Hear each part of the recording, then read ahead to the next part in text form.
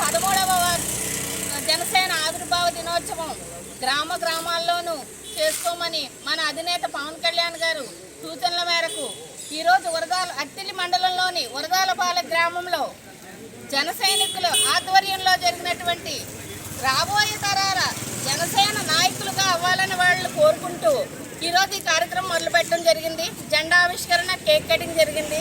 ఇక్కడ ఉన్నటువంటి వరదాలపాలెం జన సైనికులు చాలా యుద్ధాలతో కూడుకుని ఈరోజు ఈ కార్యక్రమం చేశారు.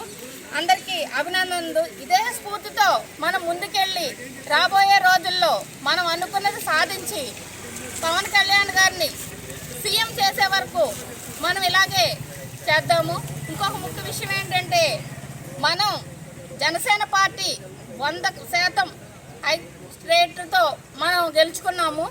రాబోయే రోజుల్లో లోకల్ ఎలక్షన్లో కూడా అదే రేంజ్లో మనం ఎక్కడ పోటీ చేస్తే ఏం పోటీ చేస్తే అవి కూడా 100% రావాలని కోరుకుంటున్నాను.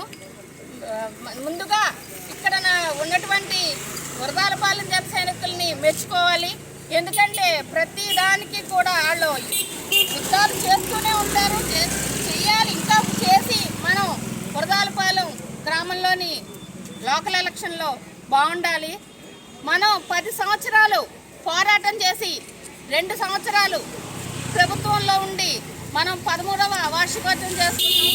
అందరికీ వార్షికోత్సవ శుభాకాంక్షలు. జై జనసేన, జై జనసేన. పవన్ కళ్యాణ్ గారి నాయకత్వం, పవన్ కళ్యాణ్ గారి నాయకత్వం.